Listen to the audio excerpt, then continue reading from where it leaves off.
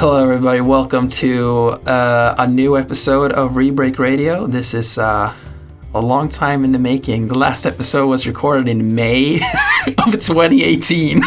So it was a long time ago. A lot of things has changed in my life since then. I'm currently at a video game education in the northern part of Sweden. I used to study in the south part of Sweden, so it's a long trip. Right now, I decided to reboot the podcast with some people that I've gotten to know up here. So yeah, again, my name is Dennis, and I'm joined by Leo. Yes, my name is Leo. I am also a student at this school. The Future Games Indie, as we call it up here. Yeah, it doesn't really have an official name. Yeah, I've heard a lot of people just say indie. Yeah. Because it's an education designed specifically for indie games. Right. So we learn a lot about... It's a very wide education. You learn a lot about different parts of game development, and then you get to focus on one of them. So it's pretty nice education, actually. But yeah, first of all, let's tell the people a little bit about you. What are your favorite games and... Yeah, well, as I said, my name is Leo. I'm from around here, from the far northern wastelands of Sweden. We're recording this the 1st of November, and I believe it was like -7 degrees Celsius when I left home today.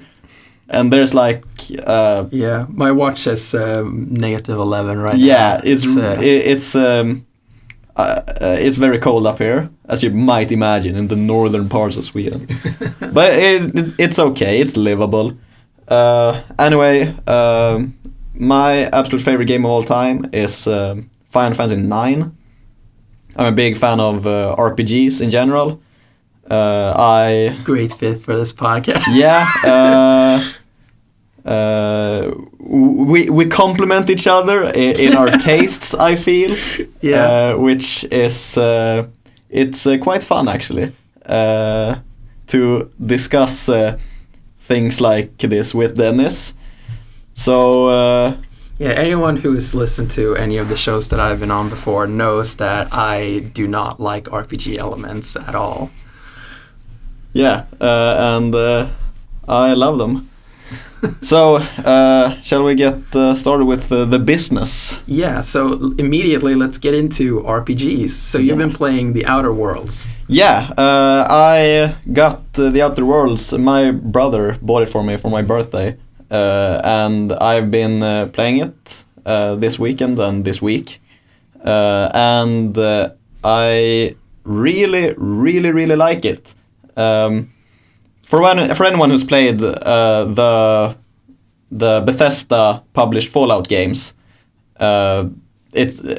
you probably already know this, but it's made by Obsidian, the same guys who did New Vegas and a bunch of older RPGs as well. Yeah, Obsidian was made by people that made Fallout 2, I believe. Yeah, I believe so too. I don't recall exactly what they made at the top of my head, but the fact that they made New Vegas is they know what they're doing when it comes to RPGs in general. And yeah, I'm not the biggest Fallout fan in general, because I think that the post-apocalyptic-ness, or whatever you want to call it, is a bit... When I play the games, I'm fairly young, I'm 22. When I play the games, they felt almost out of date by that point. So I'm not the best to talk about the Fallout games, but The Outer Worlds takes place. Its setting is a setting I'm much more. What's the word? Familiar with, confident with. Yeah, let's say familiar with, because it's just straight up sci-fi. It's the Outer Worlds. It takes place in a different solar system, and So that for one thing is something I really enjoy about the game. The setting is absolutely amazing, and as well as that, it's not post-apocalyptic, but it is dystopian in its setting.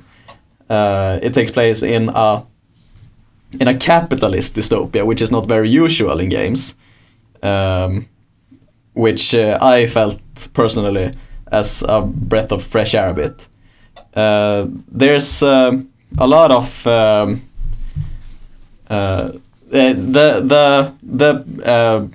the anti-capitalist message, or what you want to say with it. It gets established very, very quickly in the game. I haven't played. I still have only played a few hours of it. I've played like through the first section of the main story, I guess. I've just left Terra 2, as it's called, if I recall correctly. So as someone who hasn't played any of the Fallout games,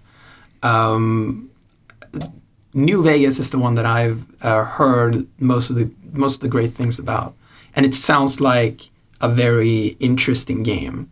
It's an RPG that actually has meaningful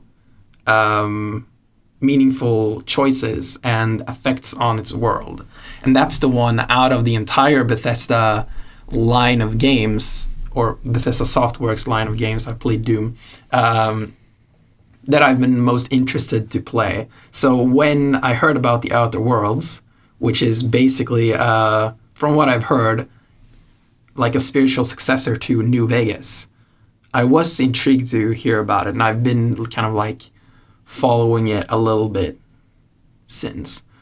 But I don't really know if it ended up being the game that I would be interested in playing.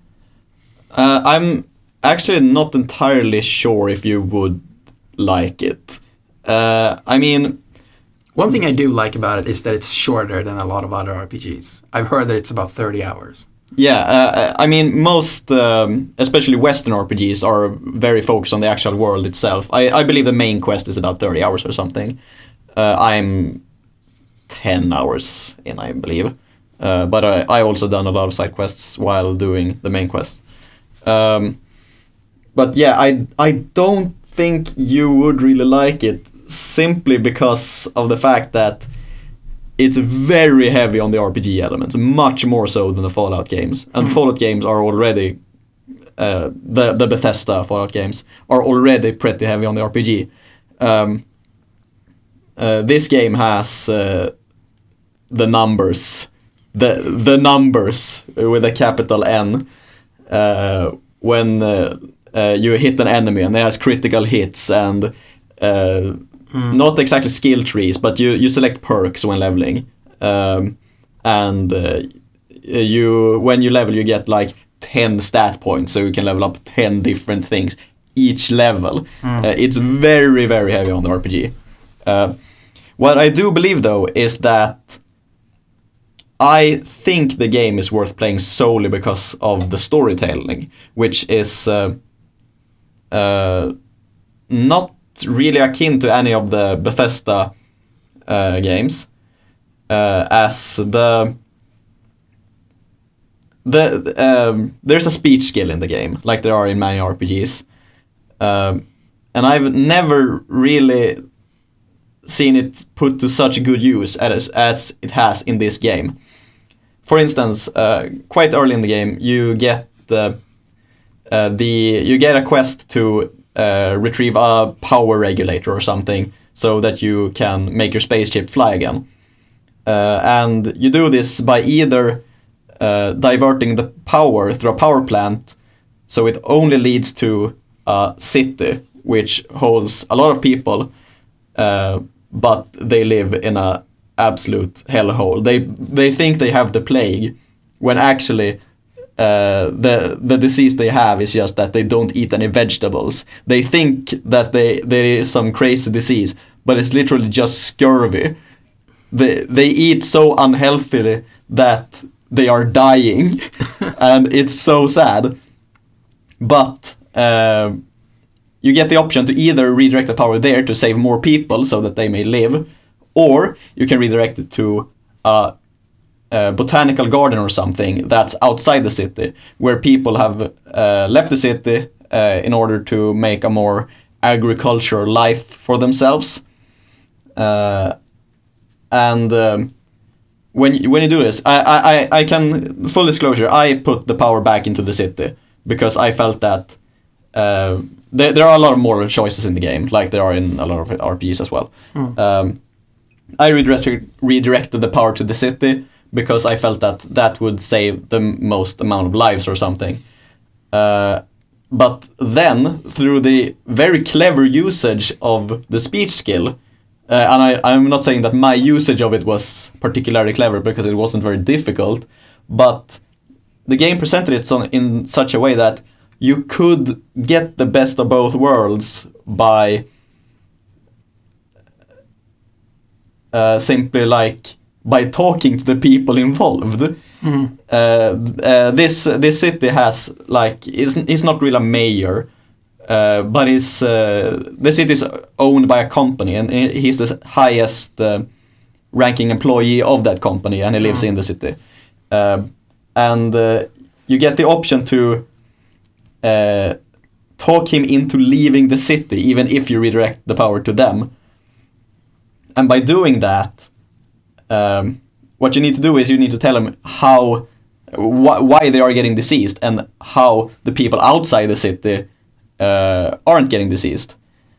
So it's not like a very binary thing. The game allows you to play around with the choices, and it's more of a gray area. Yeah, exactly, and that's what I think it was really fun with it, because redirecting the power to the city was presented as the evil choice, if you will, even though it was also presented as this will save the most amount of lives. So already there is a gray area, and then everyone can be reasoned with. Like this company guy who practically owns the city, he's not an evil person, he's just very, very stupid. Like he says something like eating a raw vegetable is fucking disgusting. Oh, I don't know, am I supposed to swear on this podcast, by the way? It doesn't matter. Okay. Anyway, so he never heard of such a horrible and disgusting thing as eating a vegetable. And when you hear that, it's not so strange to hear why they are dying when they literally don't eat vegetables. They only eat canned tuna or something. But anyway, there was one particular thing about that entire quest that was so extremely funny to me. Because another extremely good part about the game is the writing. It's very funny, which I personally really like. But anyway, you learn that the people in the Botanical Gardens, they can the reason they can grow food, they can grow vegetables, is because they use dead bodies as fertilizer. And then you're like, okay, that's not very kosher. And in order to get the company guy to leave the city, you need to tell him exactly how they are making food. And he asks you, well, so how are you growing food in the ground? And you can answer, we use a special type of fertilizer. What kind of fertilizer? Yeah, we use ground up corpses. But considering this is a capitalist hellscape, he thinks that is a brilliant idea. And that is why he leaves his post, because he thinks it's so fucking smart to use dead bodies to make your food. Because they are not put to any use, and the company owns the dead bodies anyway. So how's the gameplay mechanics? How's the shooting? Because it's a first-person shooter, right? Yeah. The shooting, it's there's a mechanic that's like I don't remember what it's called, from Fallout, where you zoom in on an enemy and you can target specific body parts. There's a mechanic like that in the other worlds, except it's more like bullet time. All enemies have weak points, like human enemies have weak points in their heads, robots have it in their chests and whatever. And if you hit these spots, it's a guaranteed critical hit. And you have this bullet time mechanic that you can use a resource that you need to resource manage to use. And you can use that to more easily hit the weak points of the enemies. And hitting a weak point is a guaranteed critical hit. And also, full disclosure, RPG mechanics, it's a critical hit because it has an exclamation point after the big number. I think you can get random critical hits as well, but I'm not entirely sure. But the actual shooting mechanics is really fun. I found an assault rifle pretty early in the game, which uses a lot of heavy ammo, and I didn't have a lot of heavy ammo at the time. But it's really fun to shoot the guns. I don't really know how to say it, but the shooting mechanics is fun. The combat in general is pretty fun, even outside the. If you disregard the RPG elements, I still personally find it to be fun combat. That's just me. I think it's better than Fallout games, honestly. Okay. So wrapping up, what's one more thing you'd want to mention about the game, and also would you recommend it? I'd like to talk about the party system, because I'm mainly an Elder Scrolls fan when it comes to Bethesda RPGs and not a Fallout fan. And this is something that the Elder Scrolls games have tried multiple times with middling success. Like in Oblivion, there are you can have follower characters that are basically unnamed Mook NPCs that you unlock from completing each guild. Like the Adoring Fan is a very famous example. And these respawn, and you can give them items through like bugging the game. And it's generally a very boring mechanic. Skyrim tried this as well with the House Carls, I don't remember exactly, where they all had quests that you had to do, and once you have done the quest, they could follow you around. You can only have one at a time, and after completing the quest, they didn't really have a lot of personality. They just were stat sticks with armor. The Outer Worlds, on the other hand, really focuses on this mechanic, which I personally find really enjoyable. Mostly because I'm mainly a fan of JRPGs, like Final Fantasy, where the party mechanics are core to the gameplay. Basically, most JRPGs have a party. Yeah, exactly. And these party members that you gain in the Outer Worlds, the first one you obtain she's called Parvati. She's an engineer, and a lot of she always has a lot of things to say to you. Now I'm not entirely sure how much this particular detail of it is in later parts of the game, but early on at least, Parvati has a lot to say about all the things on Terra 2.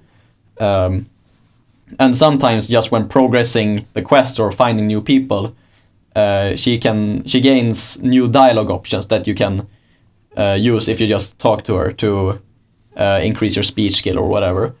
And I personally think that adds a lot of character to the game in a very, very cool way. And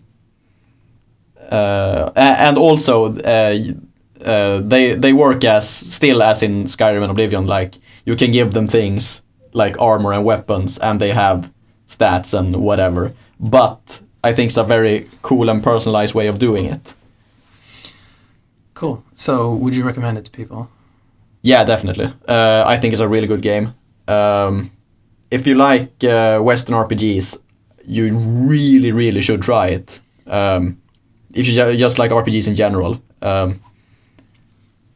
So far, as I said, I played like 10 hours of it, but I really think it's a very, very good game. and I absolutely recommend it, even to Dennis, who absolutely hates RPGs. All right, cool. So I think it's available on PC, PS4, Xbox One, and it's coming to Nintendo Switch. Yeah, I think so. Yeah. All right, cool. So I've been playing Luigis Mansion 3. I got it yesterday, and I played it last night and this morning. And it is not the sequel that I wanted, but it is still a really good sequel to Luigi's Mansion 2. So, have you played the Luigi's Mansion games? Yeah, I've played and finished the first one. I've played the second one, and I haven't tried the third one yet. Yeah, so it's been a franchise that's kind of jumped around a lot. The first one was kind of open, but not really. Like, it was set in this one mansion, but you still had a very linear approach through this mansion. And then Luigi's Mansion 2 basically streamlined that and made it into 5 different mansions that have linear missions placed in all of them. But people didn't really like the mission structure of Luigi's Mansion 2. And what they've done in 3 is that they've set everything in one building again. Now it's in a hotel with a lot of floors, but it is basically the same structure as Luigi's Mansion 2. Even so, it's kind of hiding its structure of 2 inside the shell of 1, which is really, really funny. So every floor is basically its own level, and all the ghosts have stolen all the elevator buttons. So you have to go and get an elevator button and put it back into the elevator so you can go to that floor. And I really like. I have some, like, I'm crashing a little bit with the controls only because they moved the ultralight from Y to X, and I just keep pressing Y every time. But other than that, like, I think they refined the controls from 3 a lot, and because one's control scheme was very confusing. And 2 was very simplified because it was on the 3DS, and now I think they've found a really nice medium between them. And the gameplay, they've changed the gameplay a lot, because in Luigi's Mansion 1 and 2, they're really about this tug of war gameplay. Like, you capture one of the ghosts and you have to, like, push away from them to capture them. But in this game, you do that part, but then you get into the slam mechanic. So when the meter has filled up, you press A to slam them in the other direction, and you, like, slam them back and forth. And you don't really suck up ghosts anymore. You just slam them to death. A very violent take on the game. Yeah. It is juicy as hell. It feels really good to slam the ghosts into the floor. And what's also very interesting is that they have brought up the interactability of the mansion to an insane amount. Basically, like, 90% of the objects in the rooms are destructible. And you can, like, suck everything up with the vacuum, and, like, so if there's a couch there, you take a ghost and you slam it into the couch, and the couch breaks.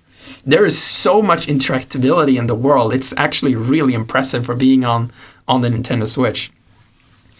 And, like, before, you would get, like, when in a chest or something, like, a bunch of coins would sprout out of it.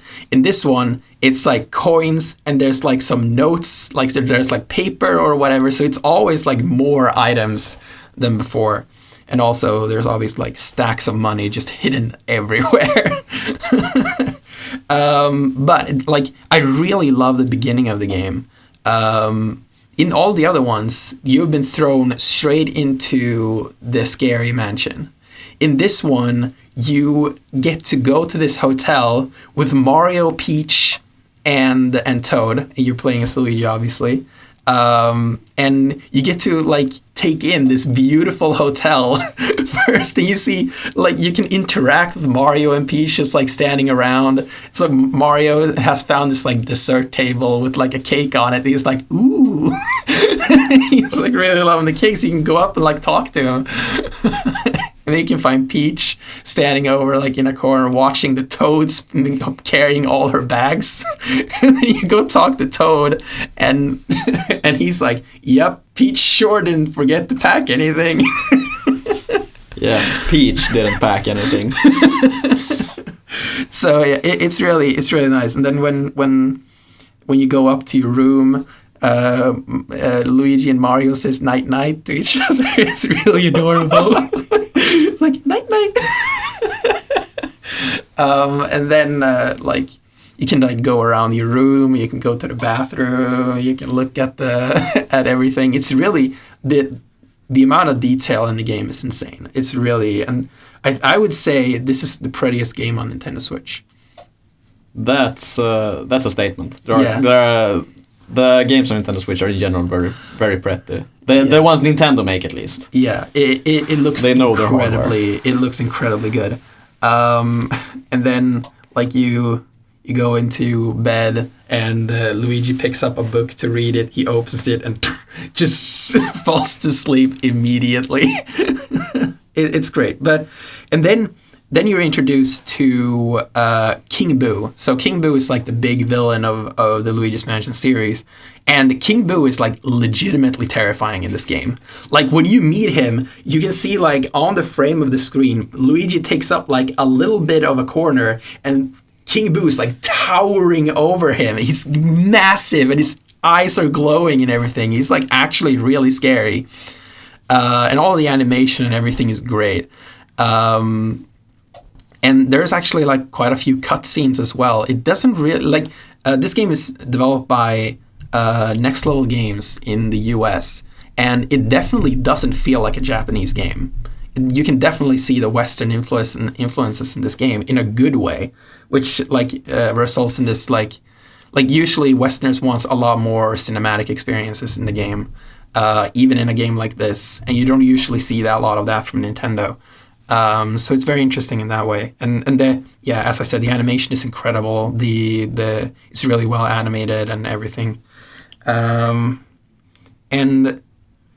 I think while I would have really loved to see like a large mansion you can explore on your own, I don't dislike the system that they have in the game. It's really focused, and they bring in like a lot of the design elements of like Mario games and stuff, where they introduce mechanic through you and then they develop it and twist it and then they expound upon it in like a boss fight and stuff like that. So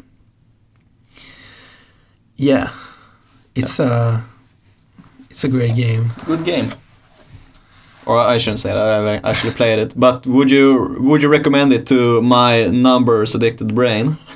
I think anyone should play this game. It is so charming and adorable, and the gameplay is great, and just like the tone and everything in the game, like just seeing Luigi's reactions to everything. Like there's this one thing I played this morning where you walked out of a broken window and he's he's like sidling across like the edge of the building, and he's like always staring like, oh, he's like so scared the entire time as he's passing over. Oh yeah, they introduced 2 new gameplay mechanics in the game, Gooigi and so Gooigi is a goo version of Luigi. That's the name implies. Yeah. And you can and he can like pass through like tight spaces and stuff like that. So if there's like a grate in the floor, he will like pass through it, and and then you can also play co-op that way. So one player can play as Gooigi and one player plays as Luigi.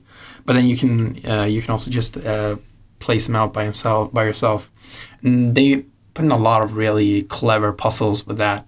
There was one thing that I think was just a completely optional area where you have to use the suction cup. So that was one of the things that they brought into Smash Bros. With Luigi, and everyone was like, what is this? And then they announced Luigi's Mansion 3, and everyone was like, oh yeah, it's from that. So with the suction cup, you can like shoot out the suction cup and grab the line with the vacuum cleaner, and you can like throw it to the other side. So you're basically using the slam mechanic again. It's a very Nintendo-esque game how they keep like combining all the mechanics. But yeah, there were basically like this couch that I used the suction cup on it to like throw it and crash it, like, but it didn't work. It was too heavy. So I was like, I guess I'm getting like power gloves or something later in the game. But then I just thought about like, what if I take Luigi, do a suction cup with him, start pulling it, and then I switch control to Luigi and do it with Luigi as well, and then I threw it over, and then it worked because now it was two people. That's fucking genius design. Yeah, and like when I went through there, like it seems like it was a completely optional area. So it seemed like just one thing where if you figure it out, you can get there. So it is it's a very clever game. But Luigi's Mansion 2 was as well. And I would encourage anyone to play Luigi's Mansion 2 because this game kind of assumes a little bit that you've played it. There are a lot of mechanics that they introduced in 2 that they don't really that they still have in 3 but don't really explain very much, other than just basic and also just like themes that carry over from that game. Like one of the things that they did in 2 was that when Luigi gets a key and you put it into the lock of the door and you twist it, and then the key would like go into the lock and disappear, and Luigi would go like and be like scared about it. But in this game it does the same thing, and Luigi's like he's used to it by now. Yeah, he's used to it. Oh, and he's also done his fair share of ghost busting. Yeah, exactly. And Luigi isn't fazed by anything. Completely fearless. There's this one scene where a ghost comes up to scare Luigi, and Luigi's just like he just stands there and just nothing, and the ghost is like really frustrated that he's not being scared by him. Dennis made an extremely neutral face expression there. Yeah. But yeah, I very much recommend the game. It is really cool. Yeah, I mean, it sounds really fun. I absolutely love Luigi's Mansion 1, and I've only tried the second one, but I have no reason to believe I wouldn't like the second or third one anyway. But yeah, anyway, today is November 1st, 2019, and the time is 4:50 p.m. right now, which means that in 2 hours, BlizzCon starts. Yep. And this will release after BlizzCon's already over, but I think that it could be very fun to predict whatever might happen there. Yeah, we're not going to go on for very long because anyone who listens to this will be in a world where BlizzCon has already happened, so we're not going to talk about it for too long. But and also, I'm not really a Blizzard fan, but what do you expect? Okay, so first of all, what do you expect? What do you think is going to happen? And how much rage do you think will be on the show? Okay, for starters, I'm a very big Blizzard fan. I mean, these days it's very hard to be a Blizzard fan, I guess. But in general, I've played a lot of World of Warcraft, I played a lot of Overwatch, I played some Diablo, I played a lot of Hearthstone, and a lot of Warcraft 3 as well. So what I think will happen this show is that in the opening ceremony, Blizzard will say, "Don't worry, we heard you." And they will somewhat try to mend their horrible public image, and will most likely not help them at all what they will say. I also expect there to be a lot of Winnie the Pooh cosplays. Why? Xi Jinping, Winnie the Pooh. It's the president of China. Is usually compared to Winnie the Pooh because it looks like him, and okay. In China it is illegal to compare the two because okay. You know. So that's what I expect. On a more serious note, however, what I do believe is that we will get to see the new World of Warcraft expansion, there have been a lot of speculations that it's going to be named Shadowlands, and a lot of credible sources have all been saying that Shadowlands is basically happening. What no one knows is what it's about, though. It's about lands in shadow. Yeah, I mean, there's always been like, or always, but for a very long time, there's been references to this Shadowland, which is sort of like the Shadow Realm from Yu-Gi-Oh! Or whatever. It's the land of the dead or something. The Dark World from Zelda. Yeah, basically. And the existence of it has been hinted since a long time ago, at least. And it's always had some things to do with the Lich King. And now there have been a lot of leaks regarding to the Lich King appearing on the Blizzard store, on a t-shirt or whatever. Which points to that the Shadowlands actually could be a thing. And if you're at all interested in Blizzard lore, you're probably aware of Sylvanas and what she's doing right now. And all of her death magic or whatever. And she's also closely tied to the Lich King and to their entire storyline. So yeah, I personally think Shadowlands is pretty likely. I don't think it will be called Shadowlands, but I guess we'll see about that in 2 hours. But what's else there to say about BlizzCon? Oh yeah, Diablo 4. That's probably the biggest one. I think because of what happened, it was last year, right? Yeah. Diablo Immortal. Yeah. Yeah, they're going to show Diablo 4 this year, regardless of what state it is in. Yeah. They need to show that game to get any kind of phase back. Yeah. That's basically... If they don't show Diablo 4, I don't think that Blizzard will regain their company trust in any way. There were even rumors that they were going to show Diablo 4 last year, but chose not to because it was too early in development, and chose to only show Immortals because then Diablo fans had something. Yeah, but it's yeah, that sort of backfired, didn't it? It's PC gamers. You can't think about you can't think like that. You absolutely can't. They're too short-sighted to to think in the long run. Here at the Rebreak Radio, we don't discriminate against people who play PC games. No, we definitely do. PCs are for Word and Excel and PowerPoint. You don't play games on it. This podcast is recorded on a Mac, by the way. Yes, you don't play games on Macs either. Not really. Yeah, I guess. Anyway. Another thing that's been a lot of speculation around at this year's BlizzCon is Overwatch 2. And personally, if they're actually going to do it, if you don't know about the rumors by now, what the deal about Overwatch 2 is that basically Overwatch story mode. Which sounds really intriguing because as someone who is completely disconnected, the world of Overwatch looks cool. I like the art style, and the gameplay looks like somewhat intriguing. But I'm not really a multiplayer person, and like if they did a single player mode, I would definitely play that. Yeah, a lot of people have been comparing the storytelling of Overwatch to the storytelling of League of Legends, in that they claim that there is storytelling, but there actually isn't. With Overwatch 2, or whatever it's going to be called, I don't believe it will be called Overwatch 2, although I do believe that it exists.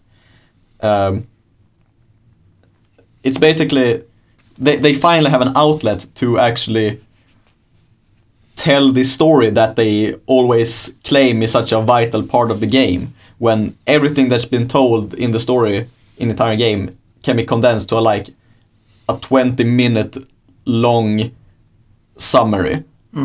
Basically, evil terrorist organization, and there were robots in the past, and now the robots are good, ?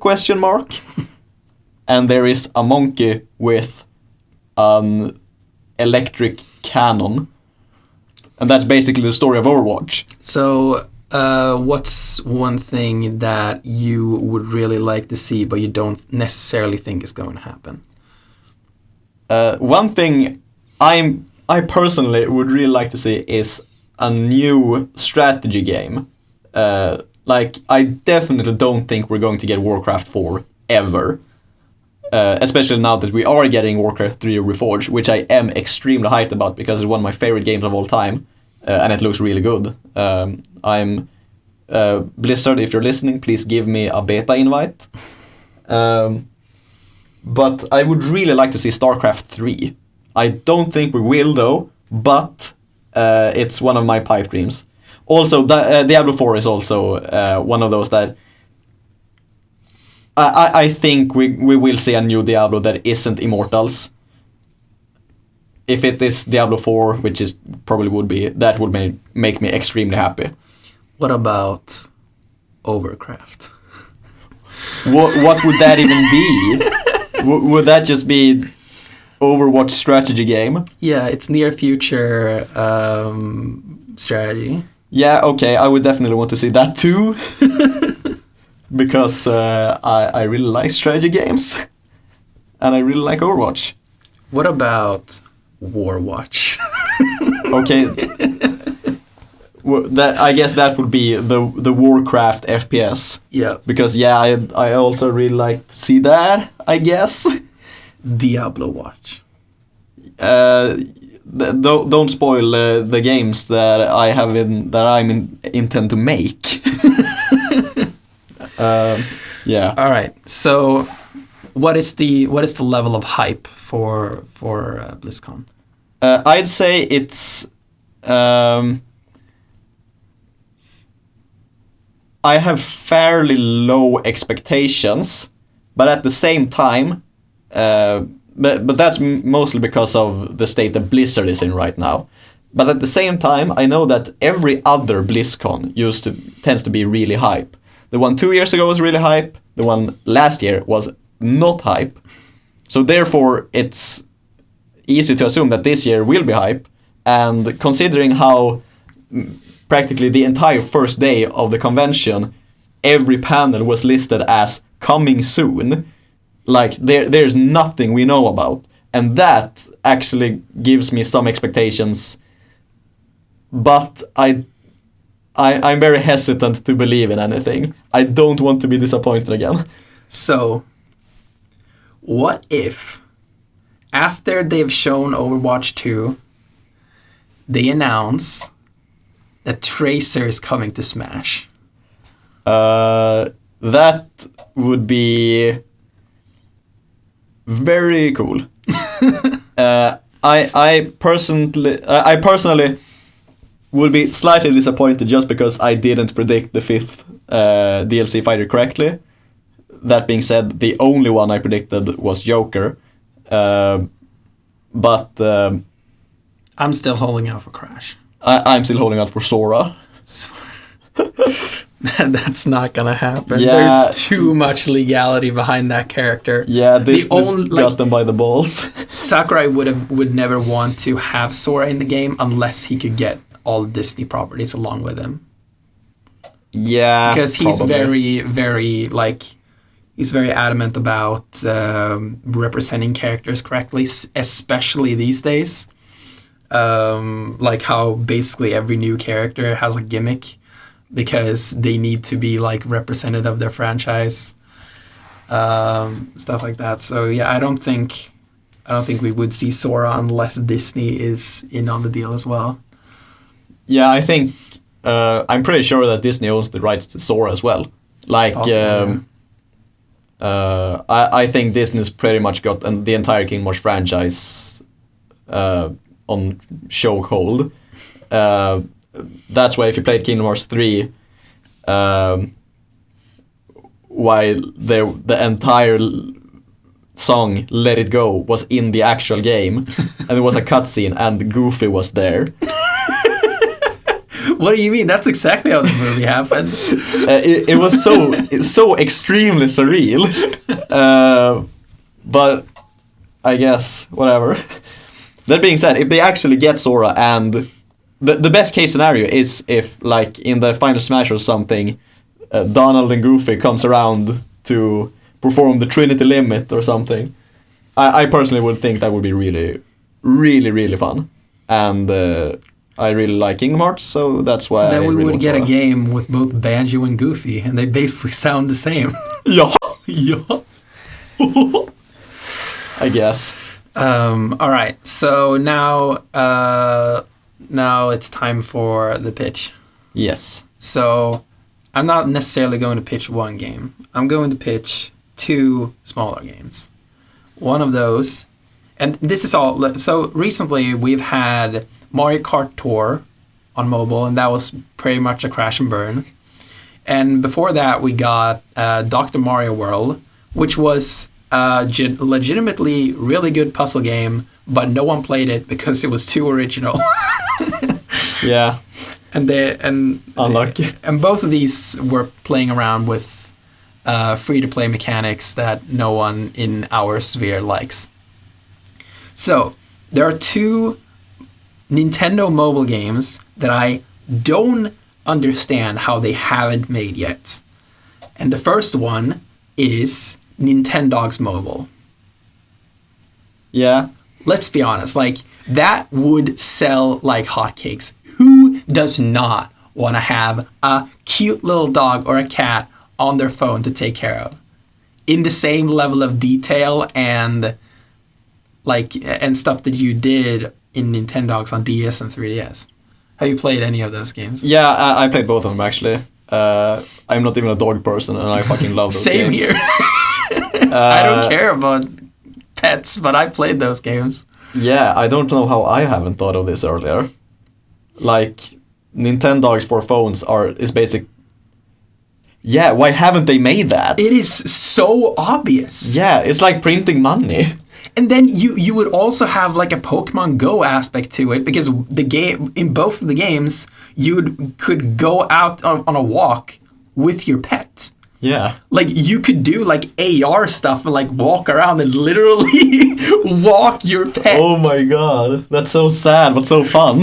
And then you can also do like a Bluetooth thing, like similar to like Street Pass or something, or like the activity app on the Apple Watch. Like, you can walk around and then you could track, like, it could be an exercise thing. You can track your walk with your virtual dog, and then maybe you could like pass by other people who are also playing the game, and then you could see like, oh, you passed this person and this is their dog. It's like, it makes so much sense, and Yeah. I don't understand why it hasn't been made yet. Yeah, I completely agree. Nintendo, get on it. Yeah. I know you listen to this podcast. And phones have touchscreens, so you can pet it on the touchscreen. Oh my god. Dude, we should sell this to Nintendo. It makes so much sense. Yeah. And the second one is also one that makes perfect sense, but it's not like the same level of slam dunk as Nintendogs is, and that is WarioWare Mobile. Yeah, I can see that. WarioWare is all about micro games, which is perfect for sitting down on a bus when you have 3 minutes to play a game, and then you play a few micro games on WarioWare. Phones also have a very large toolbox of features. You have gyroscope, you have accelerometer, you have touchscreen, you have like You have all the WarioWare games already. yeah, there are so many different things you can do with the phone, and yeah, it's so perfect. It's so perfect for it. These are 2 games that I've said since they announced that they were doing mobile games that I said I wanted, and I don't understand how they still haven't made them. They made all these different mobile games that are like, sure, they're cool mobile games, but they're not like something that was so perfectly designed for mobile as Nintendogs and WarioWare is. Yeah, I agree. I think both of those should exist, and I don't really know why they don't. Nintendo, get on it. I don't know what else to say. And like, especially Nintendogs has a lot of potential, even for in a free-to-play system. Like, you could actually probably make people pay money to buy an actual dog. Yeah. Like, you would probably get one pet for free, obviously, in the beginning. But then if you wanted to buy another one, you can make people pay for it. Or, like, obviously, I'm not asking for microtransactions in the game, but like, it's viable, and you can reasonably buy, like you can buy different kind of like cosmetics for your dog in those games. Like, you can buy a Mario hat or whatever. You can buy a bunch of different things so that you can, like, there are a lot of possibilities for the payment structures that Nintendo is looking for when it comes to mobile games. So I really don't understand how this hasn't been done.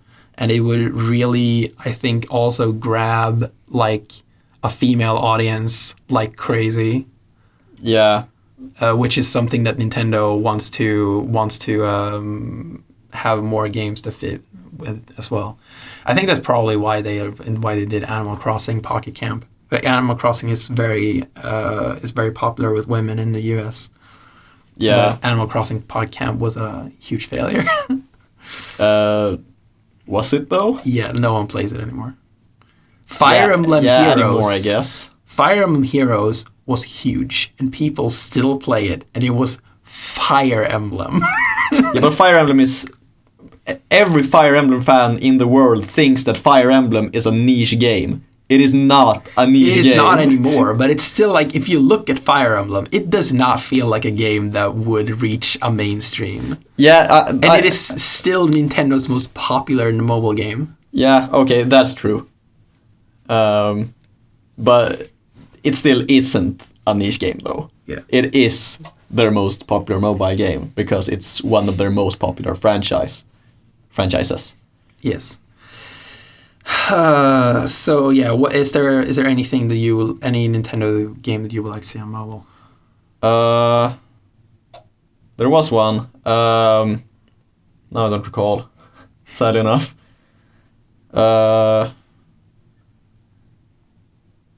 Yeah, not at the top of my head. I wanted Mario Kart, but that fucking failed. Yeah. I was extremely disappointed with... I was also very disappointed. And especially because the game has some really interesting things. Like, they finally introduced reverse tracks, which is something I wanted. Like, just like, let me play a track in reverse. Yeah. And they did that in Mario Kart Tour, but no one wants to play Mario Kart Tour. I'm sure people play Mario Kart Tour. It's a fucking...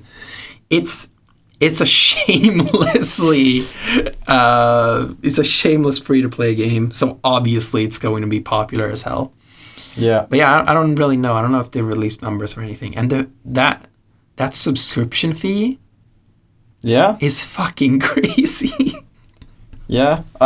Speaking of subscription fees, I feel like one game that we should have talked about when I did my monologue on The Outer Worlds that we haven't really talked about is Fallout 76. Yeah. Or rather, Fallout First. I think we're running out of time, so I'm only going to say visit falloutfirst.com. It's not an official site. Yeah. It's a fan who is clearly quote unquote fan.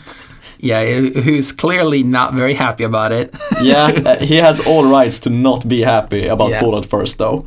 Yeah, but what I thought was so funny about when Nintendo announced that Gold Pass for Mario Kart Tour is that literally the week before, Apple released Apple Arcade for the same price. Yeah. $5.99. Both of them are $5.99 US. And with Apple Arcade, you get a bunch of quality games for mobile that you don't have to pay continually for.